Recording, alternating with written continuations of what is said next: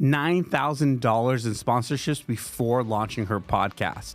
That's right. In this episode, we're talking to Vivian, how a realtor from Salt Lake is using podcasting to grow her business. She's been able to create unique opportunities for her business, generate real leads, and get real clients with $1 million listings to grow her business. So if you're a realtor or a business owner, you do not want to miss this episode. This is the business of podcasting. Well, my name is Vivian, and I'm a real estate agent here in Utah. That's what I do. I do real estate. I have been on the real estate industry for years, and I've started doing full-time real estate with the Perry Group not that long ago, and I've always been super creative. So on the side, I've always been really active on social media. I've lived in Vegas, some other places. So overall, I'm here in Utah, and I started a podcast about 3 years ago now. It wasn't like these, like the one that you have, right? I started literally like on my living room with the phone, and that's about it. So I was like trying to, share not only my story, but other people's stories, because you never know who's listening and who's going to be relating to you. And I feel like that I really like this channel per se, like the way that we can share. I don't like small talk. I'm more like, I like to have deep conversations, you know what I mean? And through TikTok and Instagram, it's very hard to have those conversations. And I'm like, what's going to be something that's going to allow me to have or get to know the people that I want to get to know on a deeper level? And I'm like, podcasting. So I started doing podcasting on my living room. Then I started like inviting more people to coffee shops and stuff like that, and now here I am. Yeah. Awesome. So when you first got started, I guess, like you said, you kind of were looking for a medium to be able to create more content, but also have more context to the conversation and connect with more people. Yeah. What was one of maybe the hardest things for you to do it like in your living room on your own? I think it was starting because I wanted everything to be perfect. I wanted like the perfect studio, the perfect lighting, right? And all of that. And I think that's important. But a lot of people are afraid to, just do the thing. You know what I mean? I have an accent, obviously. English is my second language. But I'll be afraid, like, what will other people think about me? Will they think I'm cringe? And I think that's not just with podcasting, that's in general. As soon as you go out there and you open yourself to the world, right? You have that kind of like imposter syndrome of saying like, what's going to take for me to go do the thing. So one of my friends, actually, his name is Tony Acosta. He's also a real estate agent, but he also has a podcast that he uses to train real estate agents. And he was like, just do it. You can do it over your phone. And then I started like networking with other podcasters, other people that actually have a podcast. And you'll realize that most of these people are very open, very friendly. It's like a whole another world, and it opened my mind to different levels that I didn't know. I think it's a mindset thing as well, and that helped me not only on my communication skills, but to get out of my bubble. And I'm like, well, if I can do it through here, I don't even need, there's so many different ways of doing podcasting, right? So on that time, I wasn't even showing my face. It was just me literally with the phone recording something and then put it on. On that time, it wasn't Spotify for creators. It was the other one, Anchor, something like that. And so that's what I used to use. Eventually, the more views, and I was like, okay, actually people are listening to these. And I'm like, wow, it was like mind blowing. I wasn't going viral or anything like that. For me, podcasting was for, even if 10 people will listen to these, you never know who is like behind that, phone or behind that YouTube audio or something like that. And then I start reaching out, and I'm like, wow, actually people listen to these. And then I started getting more serious and serious about it. And then I try to do my own little studio. That it's actually really hard and it's a lot of work. And now I'm on this studio, the one that you see. Yeah. Awesome. There's a few points I kind of want to go back and revisit that you talked about, like, getting started, I think, is one of the hardest parts to podcasting. I think a lot of people overthink it. I think that they are too scared. They're worried about what people are going to think about them. I know myself, like I didn't want to do this at all. I still kind of don't want to, but I had a little epiphany when I was podcasting or creating content for social media for the studio, that like we had clients come in or people DM us going like, oh, hey, when you said that, that really opened up my perspective for this. And then they would ask another question. And I was like, oh, people are actually like consuming this. They're listening to it. And people need to hear some of the information that I have to share. And so I think it's important for people to remember, like, you're not doing this necessarily for yourself. You're doing it for the audience that you can help, right? Like Yeah. there should be a mission behind it, and you should be. So don't be scared. You don't have to be perfect. If you make mistakes, it's totally fine. In fact, that's why I like podcasting, because I can mess up all I want, and who cares? It just shows that I am That less you're real. intelligent. Yeah, you're actually a real person. I've seen a lot of people that they know me through social media or podcasting, and they have the feeling that they already know me. Sometimes I'm doing open houses, and sometimes we'll go and say, like a random person, say, "Hey, I listened to your podcast. I just wanted to stop by and say hi."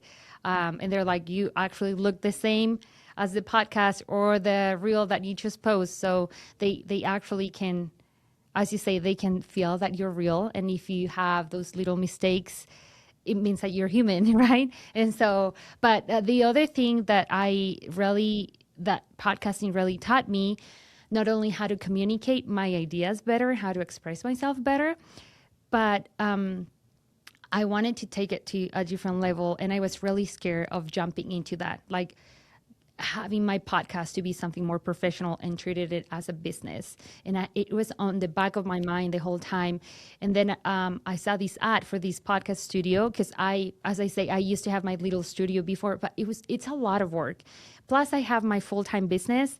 There's no way I can keep up with those two of those things, because it's a lot. Like, you have to edit, you have to, like, for you, probably it's not, because you already have your business set up. But for me, that I'm not a professional on the lighting, the video, and all of that, and I'm very perfectionist, I was like, well, I think I'm gonna take a leap of faith. And I'm just, as you say, I wasn't that afraid of, like, how are people gonna perceive me. It was like, okay, I'm gonna take it to the next level. This is gonna be a lot more expensive, because now I need to treat it as a business. And I sat down and I was talking to ChatGPT, and I was like, okay, well, let's do a business plan. Just as my real estate business, I'm going to do it with my podcast. So I just did a little business plan. It's nothing crazy. And then I put together a sponsorship packet, and I know a ton of people. And so I just started sending emails, called people, texting business owners, people that I think that they will benefit, not only for the message, but from the audience that I have. As I said, you never know who's watching. So I got 2 sponsors the first time, and that's how I started the podcast, and I launched it to the next level. I never thought I could do that, and still kind of surreal. And I'm like, here I am. So yeah. No, I love that. So one thing we like, anytime somebody comes in who's new or who's been with us for a while, we talk about sponsorships. Now, most of our clients don't have sponsors, but we always kind of tell them, like, you can go get a sponsor for your podcast easier than you think. Could you share us, do you mind sharing kind of what your sponsorship opportunity looked like with your podcast? Like maybe the price point and what they got with that? Because that's the biggest question that, like, a lot of our clients have. Like, we have an outline that we kind of offer, but I'd be interested to see, like, what did you pitch and, like, what got accepted? Yeah. So before I even rented this place, because as I say, I'm like, I don't want to invest a lot of money on something that I don't even know how it's going to go. But I knew from the podcasting that I previously did, my audience, the target, the people that will listen to it. And also a lot of, like, the previous guests that I used to have, they are business owners. So I knew that if I do something very good and well presented and professional, it will grab attention. And as I say, podcasting opened doors to not only networking, but to get to know people on a deeper level.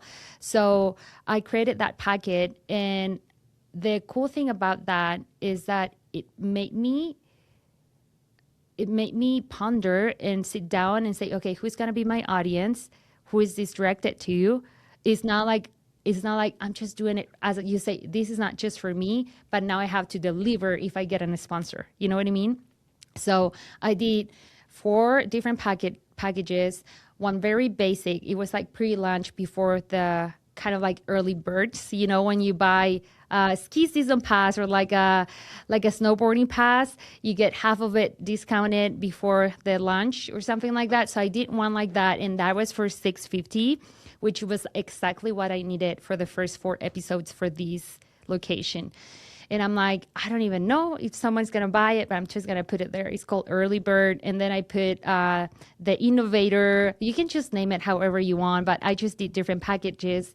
And then it will say, well, the first one, it will just mention you at the end of the podcast. And I will share 2 or 3 reels or TikTok, or depending your main platform where you want to be showcased. And I can also invite you and have a solo episode with you, because that will cover those things. Then I have another one for $2,500. I have another one for $6,500, and I have another one for $8,500. Okay. Those ones are like different ones, and you never know. I mean, these are business owners. You never know. I mean, I have a business, and I have set aside money for marketing every year. So a lot of people won't even know how to pitch a business owner because they don't even know how they operate. But if you have different packages, you never know which one they're going to pick because everyone has different budget, I will say. So one of them actually, which is it's a local business here in Utah, they actually picked the $6,500 one. That was my first sponsor. And I opened an LLC. That's how I said, like, I had to do it by the books to show to the sponsors everything. So, and I had to deliver so if I say that I was going to do 4 episodes or 6 episodes, then I have to do it. You know what I mean? And I have to deliver. I have to be good. I have to be professional. I have to handpick the people that are going to be coming to the podcast. This is not just rainbows and butterflies, right? It's a lot more than that.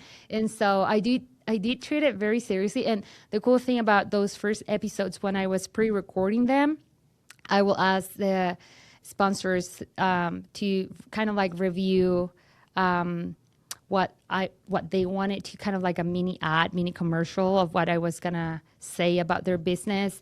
Then I got Mark, my friend. He opens Snadado Dallas. It's a luxury kitchen place in Dallas that literally just opened up. It's one of the biggest showcases here in the States, and he did it for $2,500.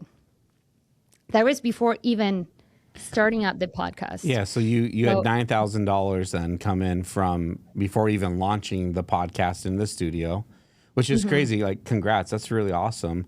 And that's a testament of, like, one, you being confident in what you're doing, being professional in what you're doing, and taking it to the next level, knowing how to pitch those business owners. Yeah. I didn't have pictures of the studio. I didn't have anything. I just went to Pinterest. I put together some studios images and kind of the idea of what I wanted. And then as I start recording episodes, I started like taking more videos and pictures.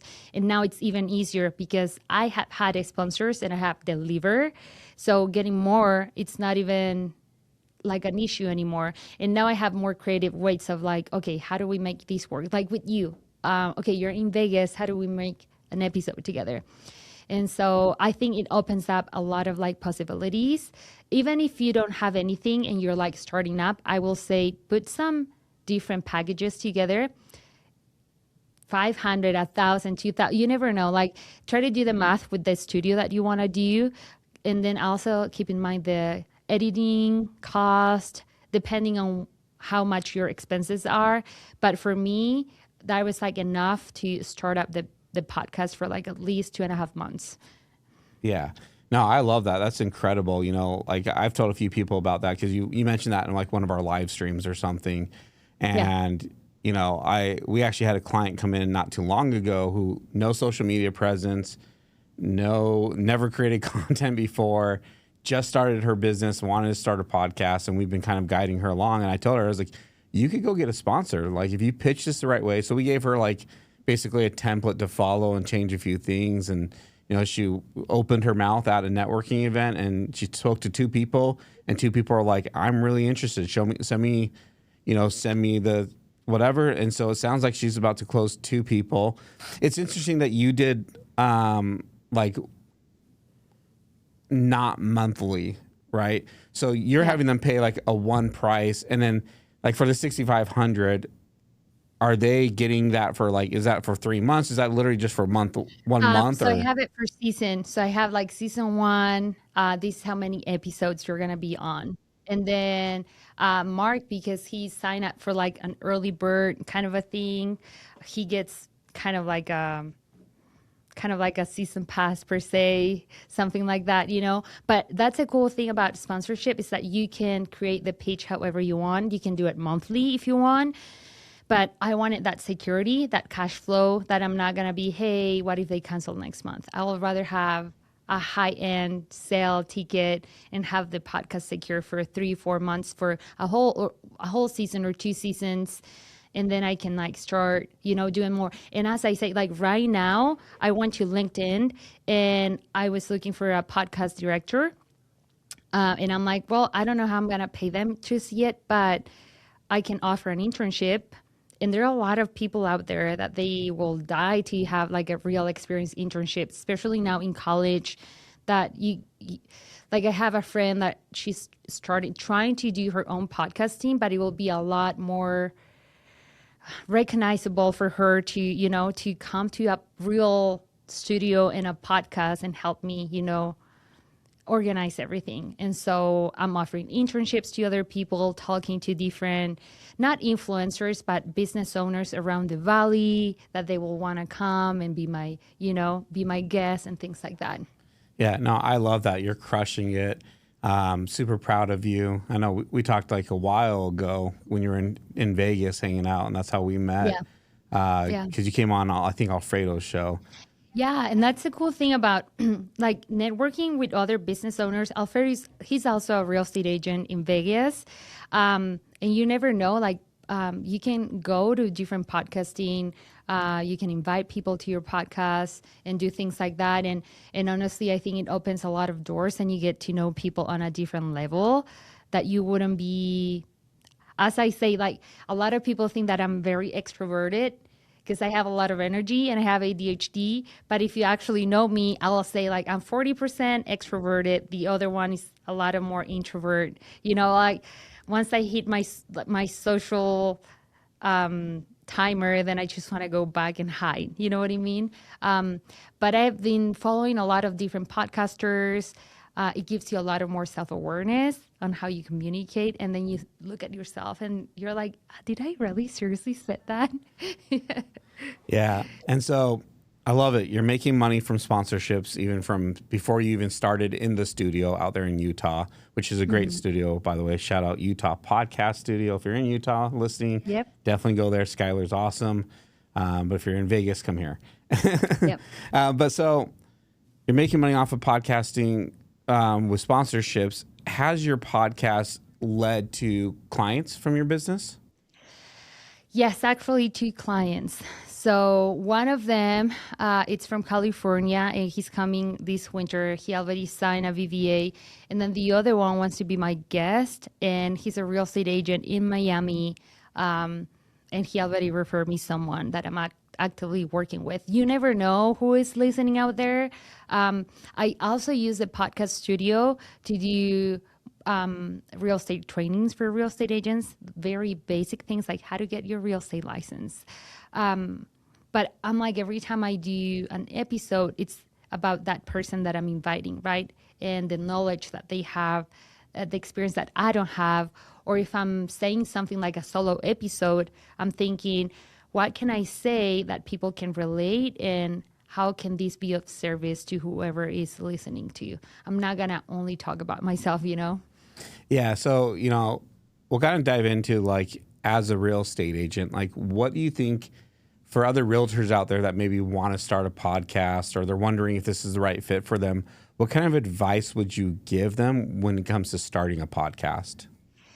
I'll say do it, but think about we're on a service industry. I mean, you own a business and you are also on a service industry. So what I'm thinking about, whoever I'm serving, what's going to be the best thing that's going to be of service to them? Like when I went to Alfredo, we talk about home warranties and all of those things. But you have so many like things to talk about as a real estate agent. You know, the behind the things, like the things that people don't talk about real estate, about investing, about buying a home, about selling a home, why real estate agents have such a bad rep sometimes. You can talk about anything. That's a cool thing about podcasting. And the other thing is that people actually want to see who they're dealing with. And I invited one of my previous clients to my podcast. She's a CPA, and we did a podcast together. And she talked about how she started the business, how we met. She sold her home and she bought a home. And there's so many things to talk about on a podcast. And I will say, just do it. Stop overthinking. It's never gonna be perfect. If you see the career of different podcasters, like the big ones, like Chris Williamson from Modern Wisdom, he started on his what apartment or something like that. And if you go back to the first episodes, the quality wasn't the best, but it's always progressing, right? Like if you treat it seriously, because it gets hard like any business, there's sometimes that you don't want to go to the studio and do a podcasting, or sometimes there was this week that I have like 5 podcasts in a row on like the same week, which is a lot for me. But I will say, just do it. Stop overthinking. Take that leap of faith. If you want something more professional, I mean, your studio is great. I'll say a lot of people don't even ask the right things to the right studio. Like before hiring this studio, I probably call 3 other studios, one in Park City, one in Utah County, and another one here in Salt Lake. And I ask, well, are you flexible with this? Can you do the video editing? I ask all the questions that it's even before asking for sponsorships. So I know how much money I will need it to be using for podcasting. Yeah. Well, you made the right choice. Like I said, we love Skylar over there in the Utah Podcast Studio. I've been out there. I checked out that studio a couple times, met up with Skylar. I love it. It's great. And Skylar's super helpful, and he's got a good knowledge base out there too, because he's podcasted for years. When it comes to like topics, you said you can really talk about anything.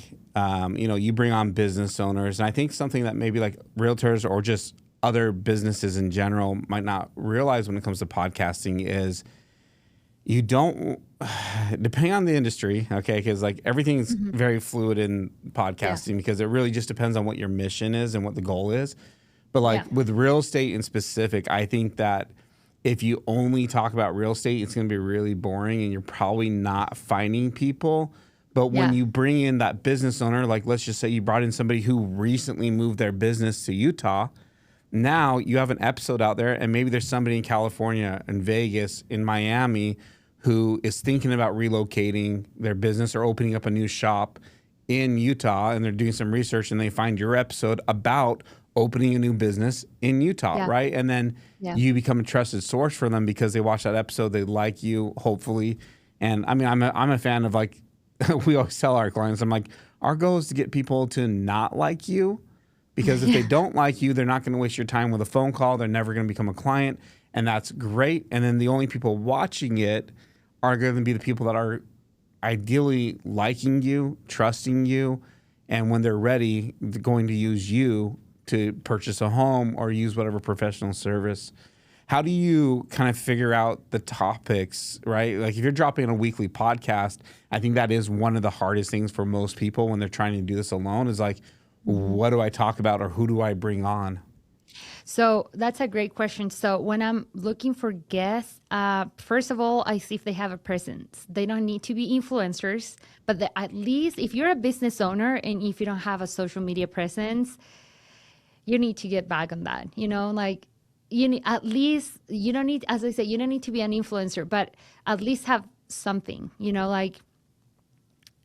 like the basics, right? And so, for instance, right now I'm trying to bring my friend Cynthia Washington, that I got to know her on a woman networking event like 4 years ago. She is in Park City. She wrote a book, a self-published book on Amazon. So she does have a background. She's a businesswoman, and she also works on a bank right now here. She has an incredible story. And so for me, that has nothing to do with real estate, but she is a personality here in Utah. And so I know if I bring her, she's gonna not only talk to me about her, career, her what everything that she got going on and everything that she has learned about publishing a book, owning a business, and now going back to corporate and all of those things. Now for me, it's like how do I ask the right questions, right? So sometimes I'll try to see how can I showcase that guest the best way, and then ask the right questions so people can remember me as well, and they can, click on that story or reel or TikTok or YouTube or whatever it is. And then they do realize, okay, she's a real estate agent. She's also, bringing something up to the community, not only showcasing people, but also like adding up to the community. And so I had a set of questions beforehand, not like I have a scripts or anything like that, but I do send those to her ahead of time and ask her, hey, is that okay if I ask you those questions? Sometimes once in a while I'm on the spot, I'll have a different question that is related to the topic that we're talking about, and then I'll just throw it in there. But overall, business owners, they love talking about their business. They love talking about how they started, the struggles, and all of that. Business ownership is so broad, and then you can link it to how did we meet? What do you think about real estate and things like that? I don't always talk about real estate. If you see the previous episodes that I have, I do sometimes invite real estate agents, but I do ask them about the business process. Like, how did you start it? How did you get into real estate? Was it scary? Tell me about those things. We don't talk a lot about buying and selling. We talk more about the process, because at the end of the day, I think that's what people want to hear. They want to hear, like, you're a real person. Like, how did you start at your podcast studio? Like, tell me, was that, things like that. And then they will open up, and that ended up being a great episode. My friend Mark, he's one of the sponsors. We had almost an hour conversation about how he started one of the most big showrooms in America, and how he decided to do that, how he put everything together, organized, and he did that. But I feel like if you see the person and see who they are, and then, as I say, even if they have 500 or 600 followers, as long as they have a good story, you can bring them on the podcast, Yeah. No, I love that. And I mean, because especially when it comes, like, if you're bringing business owners on the podcast, like, who cares so much about their following online, because you're trying to build a real relationship with them. And a lot of the times, like, you can bring people that maybe you've never met before, and after you brought them on the podcast, you let them talk about themselves for a while, you built this friendship, this relationship that then can be nurtured. And now maybe they have a friend moving, or they have a friend leaving out of state, or they're looking to upgrade or downsize their home. And so it's almost like, for me, we put a big emphasis on the studio, on that human connection and the relationship building side of podcasting versus the content side, with the idea that the content will also help build relationships virtually. And so I think it's important for everybody to remember when they're podcasting that, like, yes, this is about creating content, but we're really trying to create context around a conversation, to give information, to give value, to build relationships, to build trust, and then also build a relationship with the person that we bring into the room, whether that's strengthening a current relationship that maybe fell away, or it's opening a door to a new relationship. And, your podcast doesn't need to be big to open some pretty impressive doors that you don't think would open. Like, it's pretty crazy, I think, the access you can get to people. And I think for realtors specifically, like, you probably want to bring on people from the community, maybe people from the city, people from, local business owners, maybe talk about different areas that you can talk about, like up there in Utah, you brought in somebody from Daybreak, and this is what it's like living in Daybreak and building your business in Daybreak, right? Or maybe in South Jordan, right? And now you have these localized content. So when people are looking up South Jordan, now you got a podcast episode about opening your business in South Jordan, right? Like, Yeah. and it just builds that Actually, I connection. got a funny thing. I got a call like a week and a half ago. because I invited Michael Perry and Mark into one podcast. Michael is the owner of the Perry Group, and just the way that we talk, and we talk about business ownership, and he's a dad and being a business owner and trying to balance and whatnot.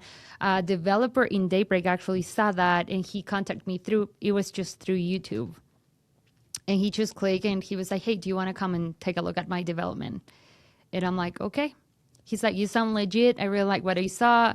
Come take a look. We don't have any real estate agents yet. And that's for probably 180 units that they're going to be coming up next year. So I was like, okay, even if nothing happens, now I have that connection. Yeah. Just because I did a podcast and I was just talking about business ownership and the real struggles of actually, having a family and owning a business. Like we were not even talking about real estate. We were like talking about work balance.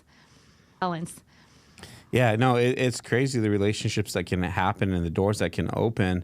We talk about this often, is that like, yes, you want to get more and more views, but I'd rather have 10, 15, 30 people watching the podcast that impact them, and then they reach out, or their potential customers, or it opens a new door to this other community that maybe I'm not part of right now, right? And podcasting for us has been pretty crazy as well. Like, we have a different podcast called Built in Vegas that we kind of put out. We're really bad. We're our worst clients.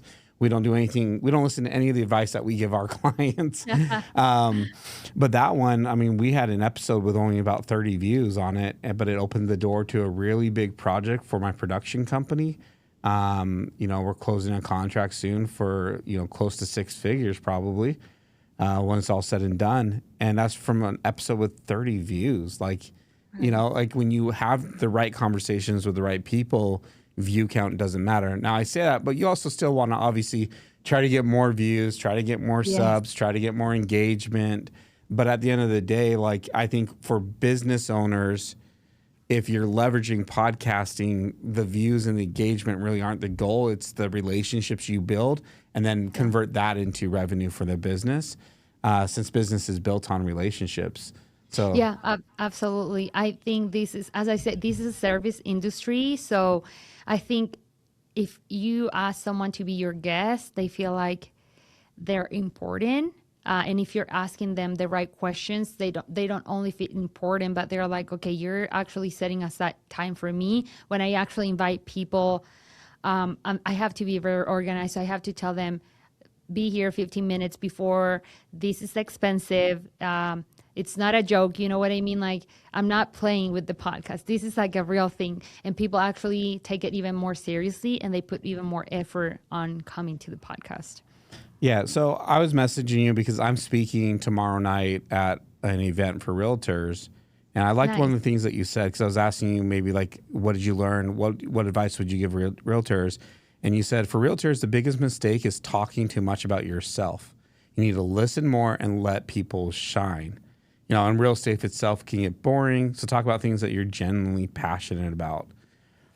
Can you dive a little bit deeper into that? Because I agree. I think, especially kind of in the real estate world, there's a lot of emphasis of them talking about themselves.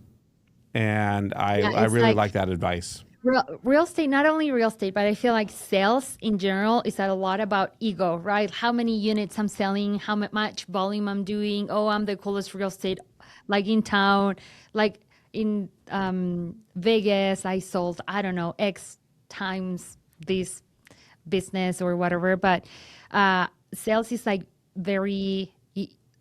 it plays a lot with egos, right? But I will say when you're podcasting is different. Like, you have to actually listen to people. You cannot cut them off. You need to be patient. You need to hear them out. And a good salesperson, I'm not talking about podcasting here, but if you're a good salesperson, you're actually listening to the needs of your clients. If my client is telling me, literally, I just got a call this morning, this guy has a property, he wants to sell it for $850, but he's not in a rush. And he wants to go see tomorrow a $1.295 million home. He wants to have a horse, and he told me the whole story. If you listen to the call took about 10, 12 minutes, But if I'm not good at listening, I will cut them up and say, well, why are you not selling right now? I can help you sell for top dollar or something like that, you know? Same with podcasting. If you invite someone and you just let them talk about themselves, it's just going to be a better experience, not only for your podcast, but you're going to be a better human being and better at podcasting. And then you're going to see the clips that you post. If you see the podcast that I have, most of the time it's just my guest talking. It's not even me on the clip. Sometimes you'll see me once in a while, but you'll see my friends or the business owners or people that are coming to the podcast talking about what they have to say. It's not about me. And when they ask me a question, I will generally answer that, but I will remind myself through the podcast, this is why I'm doing this. This is for my community, is to serve them.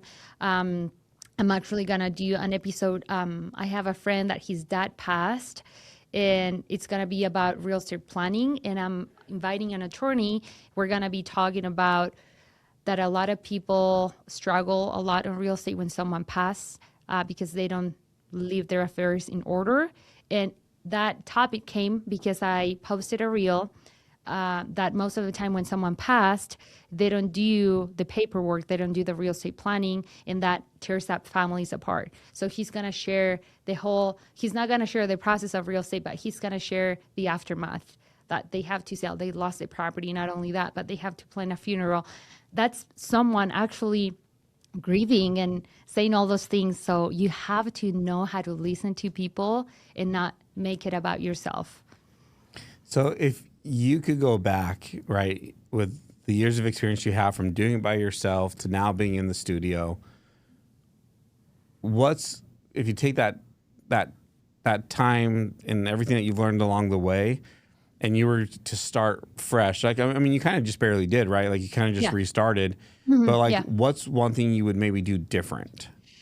I will have had invited people sooner than later, because I was just doing a lot of solo episodes for the fear of like, what am I gonna ask? I was really intimidated about asking someone to come to my podcast and them saying no. I'm like, what's the worst thing that's gonna happen? They're either not gonna ever reply to your email or your phone call or your text.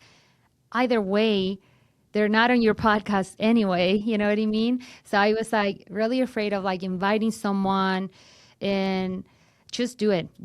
Just do the things that you know that you need to do. Like I will have invite people earlier. That's what I did. I think I only have one solo episode.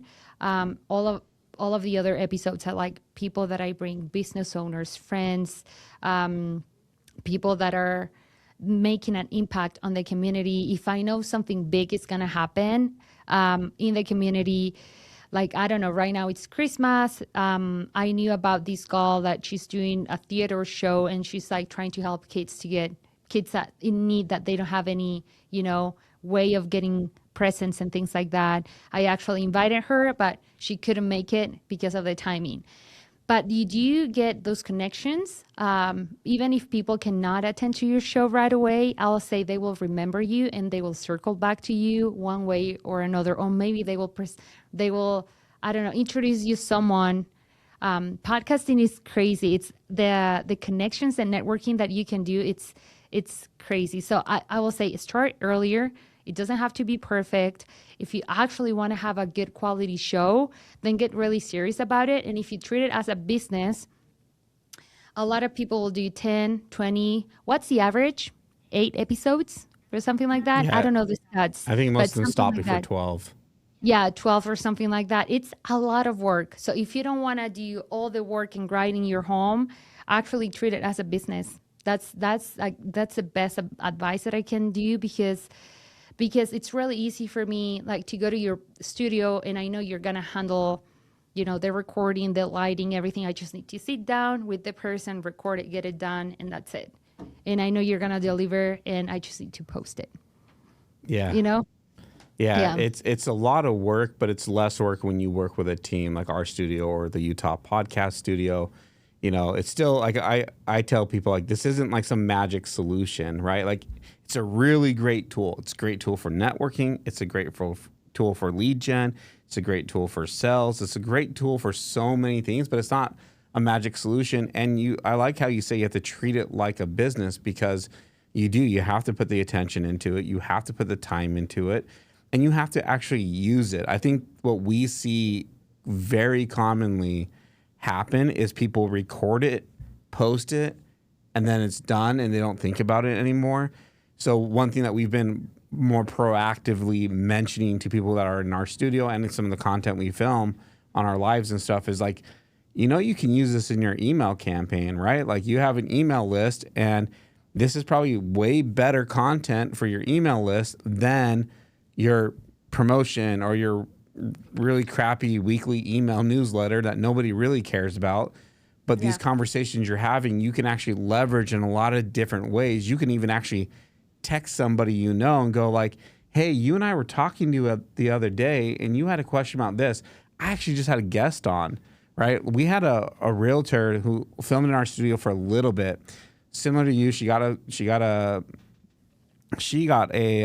sponsor really quick, and she would like text individuals after an episode and be like, hey, we were talking about this like 3 months ago. I just filmed an episode. I think you might like it. Or send an email to her email campaign, but also very specific emails. And then she was really good about promoting her sponsor in those emails, in the text messages, in the social posts. And I think she closed, if I remember correctly, after 2 episodes, she was able to bring her sponsor $30,000 in signed contracts for landscaping, right? Wow. And I think with sponsorship, I always use realtors as an example, because I do think that you guys have an advantage when it comes to trying to get sponsorships, because everybody wants that connection to you. Everybody wants work from you. It's really easy to go to a title company or a loan officer. Yeah. And so I always like to use that, because it's kind of like an easy example to show. It's still hard and still takes work, and it's scary still to ask. Yeah. But it's like we have to sell. We sell homes. Like if I can go and show $1 million home and be rejected, I can totally go and ask for a sponsorship. You know what I mean? yeah. Well, and a lot of times like sponsorships, especially with like being a realtor, right? Like you go to your loan officer and you go like, hey, I already give you X amount of work a year. I'm looking for sponsors. This is what that looks like. Like we always pitch like a monthly one, and we do like a 3 to 6 month commitment is kind of what we try to like tell, because then it makes it more bite sized. Like, hey, 500 a month, 750 a month. Like this isn't that scary of like a sponsorship. Yeah. One, you'll get leads from the show. We're going to promote you in emails, blah, blah, blah. But realistically, what you're trying to do is like, you're just solidifying this relationship a little bit more, because I'm going to get a loan officer on here as a sponsor of my show. And I would like it to be you, but if it's not, it's going to be a different loan. I mean, a different loan officer is going to say yes. Yeah. For me personally, if I get a loan officer to sponsor my show, I'll send all my SOI to them. You know what I mean? Because you're promoting my business and helping me grow. A lot of you have no idea how many loan officers they called me all the time, and I actually ask them, will you be willing to sponsor my show? And if they say no, I'm like, well, I don't want to do business with, not because I'm looking something, but it's because I'm like, what can you even help with? You know what I mean? Yeah. And especially if you already have an existing relationship, it just becomes so easy to pitch. Yeah. Like, hey, I'm already sending you work. Yeah. Like, and one real estate closing for a loan officer, that's a lot.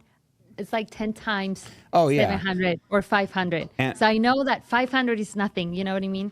Yeah. And those title companies, right? Like title companies, they're only getting work from the real estate agent, right? Because nobody's looking up their own title agency. Yeah. I mean, same with the loan officers, right? Not many people are looking for the loan officer first. So, but even if you're not a realtor, you can still leverage this. Like I was talking about the other day, like if you're a marketing company, it's not hard to go to like a print shop and be like, hey, we have a lot of clients that we could send your way, and we're doing a podcast with all your ideal clients, and we'd love to have you be a sponsor from the show. This is what it looks like. That's something we're doing as well. We're gonna bring a print shop on our show to talk about branding and stuff, and then we're gonna pitch it to them afterwards. Like, here's your content. By the way, we'd love to do this. And then like what I want to do if we bring a print shop on, which like if you're a marketing company or a different business, is not only do I promote you, but we want swag for our podcast, and every guest who comes on in person, we want to hand them that swag. We want your business card in there. We're going to be actively talking about you to the people we have on our show, and like, primarily be for Built in Vegas. And like for us, I bring people in that are doing 70 million a year. I bring in a guest on who's sold multiple 9-figure businesses soon, right? Like, so it's like, even just for that relationship, plus I got to buy stuff for the studio, right? Like, so the print shop that says yes, like we'll send not just our work, but our clients too. And so I think it's easier to sell than people think. Yeah, I will say if you are not a real estate agent and if you have a podcast of any niche, let's say that you own an insurance company and you want to do a podcast, then just look at the referral business that can add up to your podcast. So an insurance company can be an inspection company, those people that clean the water damage of a home, glass. I already say that inspection companies, but any like sister affiliated company that you can work with or you're already working, or people that can be good referral sources from your insurance business. Or let's say that you have a landscaping company and you want to do, or a cleaning company. Let's say that you have a cleaning company and you want to do a podcast, and you can invite Airbnb owners, you can invite real estate agents, you can invite business owners, you can invite developers, you can invite contractors. There's so many people that you can invite. It doesn't matter the industry you're in. Just think, who are my referral partners? And if I had a referral, who can I send that to? And that's a good sign of, okay, will this be a good partnership, sponsorship for me? If the answer is yes, I think that will work. Yeah, I was just talking to a buddy who was starting up a window washing company, and he was like, I really want a podcast. I've seen your content. Like, I understand this is valuable. Like, how would I get sponsors? And I was like, okay, property management companies, right? Especially ones that manage apartments, apartment complexes, or that manage commercial buildings, realtors, especially ones that do higher end listings. Mm-hmm. You bring them on the show and you just use it to build those relationships. Well, that was actually for guests. Sorry, I was talking about sponsorships. Those are for like the guests, because he was wondering, well, who do I talk to? Because nobody wants to talk about window washing. I'm like, yeah. So you bring on people and you talk about different industries, or you talk about the business of property management, of, commercial buildings, and then you can bring those people on to talk to. Yeah. So yeah, I think honestly, podcasting is great. I mean, have you seen Joe Rogan? He just talks for hours. It's like, if you go back, his studio set is not even that crazy. He just have something really basic, and he makes it work. So I feel like a lot of people get intimidating because they think it needs to be all of these things, and if it's not like that, they're never gonna do it. But I will say, just get on with it. Just start somehow. Call different studios, see what's going to go, what's going to work, go tour the place. Because a lot of your studio, I bet if someone calls you and say, hey, can I go take a look at the place? I bet you're going to show it to them. Yeah, we actually prefer you to take a tour, because what I like to do is get to know why they're doing this. Because a lot of people will come in and they don't really know why. They just know, like, oh, I need to start a podcast because it's like a thing. And I'm like, okay, but why? Like, who's your audience? What kind of show are we creating? We had somebody come in the other day, actually, and we're helping them kind of rework everything. But the guy came in, before they filmed, he sent me like his show notes, because he created like, some show notes. And I was like, bro, you need to come in an hour early and I want to talk to you. All right. Like, and I told him, I was like, this isn't going to work. Right. Like, or why are we doing this in the first place? Like, if you're just doing this for fun, cool. Like, I don't care. Like, let's just do this for fun. But if this is for your business, I was like, everything you're doing is wrong. Yeah. This won't bring you business. So let's change this. Like, why are we bringing this person in here?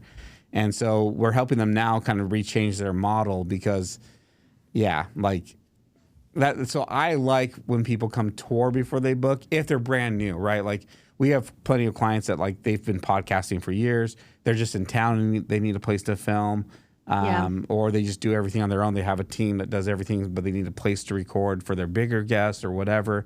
And that's different. If you don't need a tour for that. But if you're getting started, I would definitely say tour, talk to the studio, see if there's any support for you, because you'd be surprised that most studios don't really offer support, or they're going to Yeah. charge you a lot for it. Like I said, like Utah Podcast Studio, they crush it. Skylar's got great ideas. Yeah, They do he a good does job. everything. And actually, so I only use them to record the basics. Because if I start editing with them, it gets really expensive, and it's, at least for me, it's not realistic. So I hire someone else who does my editing, like after Skylar will send the raw files directly to him, and he'll just take care of everything, which is nice. Yeah, exactly. And we work with clients both ways as well, where we're doing all their editing, or we're just uploading the raws, and then their editors take care of everything. And Yeah. we like both. Both are nice. Sometimes it's nice to have the control and like really help, but Yeah. other times it's really nice when we have clients that just come in, and all we do is record, and it's like, oh, see you later, have fun. Yeah, that's the thing. But podcasting opens a lot of doors. Like last year, I got to know, this is gonna be very fun to hear, but I got to know an OnlyFans girl, and she does OnlyFans here in Utah, and I help her purchase a home here. She introduced me some people from Vegas. I actually went for that summer a few times to network with them, and that industry is huge, and you'll be surprised how many OnlyFans girls, they only want to be represented by a woman, because they don't want to, you know you know how it is. So it's funny. And I got, last year I got 3 deals in Vegas from only that referral. And one of the girls, she actually want to come to the podcast and talk about OnlyFans as a business. And I'm like, go for it, you know?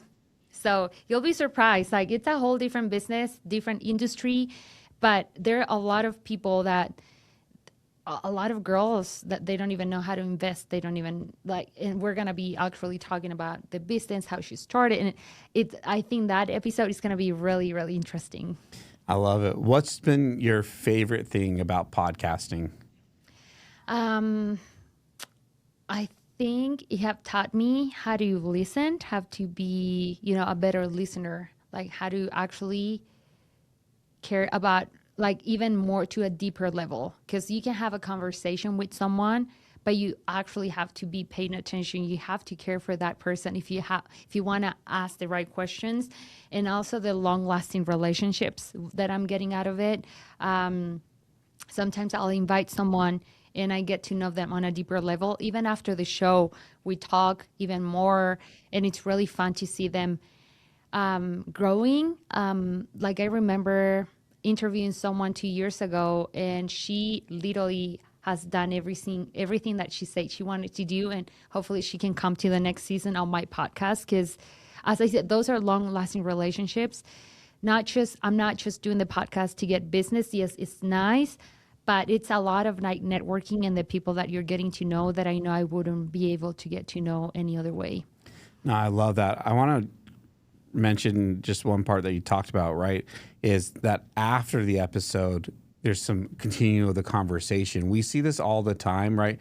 It's why, like, in our studio, we typically do 1.5 hour sessions for our clients, because when you bring a guest on, you're talking for 45 minutes, maybe an hour, but we really focus on building that relationship. So we want you to have an extra 30 minutes in the room, because I assume you experience this, and maybe you don't, but like, as soon as you finish recording, you're like, oh, thanks for coming on. They're like, man, this was so cool. Oh, I didn't know Yeah. X, Y, and Z. Thanks for having me. And then the Yeah. real conversation of like building that relationship starts. And so for Yeah. us, that's a really important factor that we try to push our clients to remember. We don't want you pumping out people.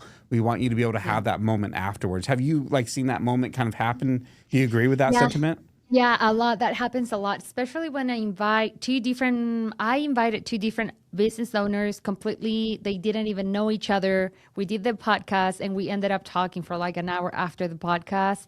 Skylar actually kicked us out, and we were like on the lobby talking, and it was fun. We ended up having lunch. It was really, really, it was good. As I say, it's a good way of connecting, and this is not a transaction. You know what I mean? It's podcasting. So that's why you need to treat it as a business, but as like, also like, hey, this is a human interaction. It's like a deep conversation. Small talk doesn't work like that all the time. And I hate small talk. Hi, how is the weather? I can't do that. I would rather sit down for an hour and talk to someone about their journey, their struggles, their highs and their lows. That's very interesting to me. So I get really excited after the show to still talk to them, get in contact to them. And then as I follow them, I see their progress and journey. It's super awesome. Well, I love it. You're crushing it. I love seeing the content. I love seeing the podcast episodes come out there. They look great. I appreciate your time. I don't want to take too much of it, but to kind of wrap up, where can people find out more information? One, about your show, but two, also from your real estate if they're looking to move to Utah. Yeah, super easy. Real easy to reach. So my Instagram is People Call Me Viv. Real easy to memorize. And then my website is thevivianshow.com. Real easy. It's and I just did that intentionally because it's real easy to remember. So The Vivian Show, if you want to be a guest on my podcast, on the website, there's a section if you want to be a guest to fill out your info, and I'll get an email and we'll reach out to you. Wow, it's so professional now. I never thought I was going to get to that level of podcasting. It's really fun to see it grow. But yeah, so you can go to People Call Me Viv. That's my Instagram. And the website is thevivianshow.com. Or you can just look it up on YouTube, The Vivian Show Podcast. All right, guys, I hope you enjoyed today's episode. I had a great time talking to Vivian and learning about how she's doing things. I thought it was incredibly insightful and that it could help you guys along your journey of building your podcast. My name is Trevin, the owner of the Video Podcast Studio in Las Vegas. If you guys have any questions, don't forget to reach out. And if you can, like, comment, and share this podcast episode to help us spread the word and help more people learn how to grow their business through podcasting.